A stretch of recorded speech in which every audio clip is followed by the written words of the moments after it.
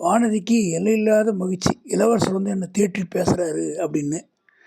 அக்கா, சேனைகள்லாம் காத்திருக்கிறேன், நான் போயிட்டு வரேன் அப்படின்னு சொல்லிட்டு அருள்மொழித்தேவர் அங்கேருந்து கிளம்புறாரு. தகப்பன் இல்லாத பெண்ணு நல்லா பார்த்துக்குங்க அப்படின்னு சொல்லிட்டு கிளம்புறாரு. மற்ற தோழி பெண்கள்லாம் மேல் மாடத்துலேருந்து பால்கனிலேருந்து பார்க்குறாங்க. அவங்களுக்கெல்லாம் உள்ளத்தில் பொறாம தீ விட்டு எழியுது. குந்தவை பிராட்டி வானதியில் தனி அக்கறையும் அன்பும் காட்டத் தொடங்கினா.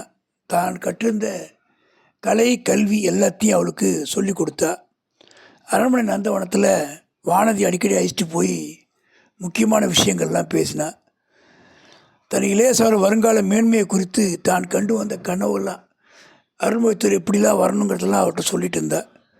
வானதி இன்னும் 4-5 தடவை இந்த மாதிரி மயக்கமானா.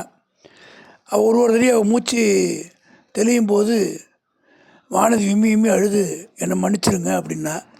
அசடே, இதுக்கெல்லாம் நீ பயப்படாத அப்படின்னு சொன்னான். குந்தவை கட்டி கொண்டு உச்சி முகர்ந்து இதெல்லாம் ஒன்றும் இல்லை அப்படின்னு அவளை ஆறுதல் சொன்னான். இதை பார்த்து பொறாமல் எல்லாருக்கும் வளர்ந்துக்கிட்டே இருந்தது. குந்தவை வானதியும் ரத ஏறி குழந்தை ஜோசியர்டேந்து போன பிறகு பெண்கள் மேற்கூறியெல்லாம் பேசிட்டது அந்த பொறாமப்பட்டதெல்லாம் இயற்கை தானே அப்படின்னு 16வது பகுதி முடியுது.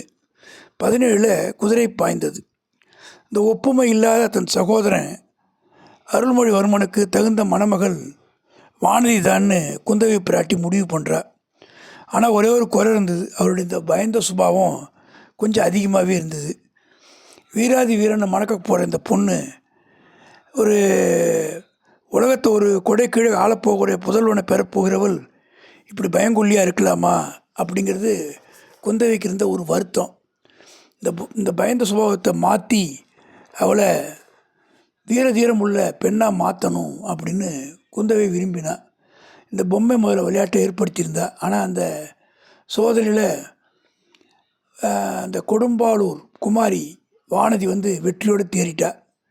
குடஞ்ச ஜோசியர் வீட்டிலேருந்து குந்தவை தேவி வானதி திரும்பி வந்ததும் அன்னப்படகுல ஏறிக்கிட்டாங்க.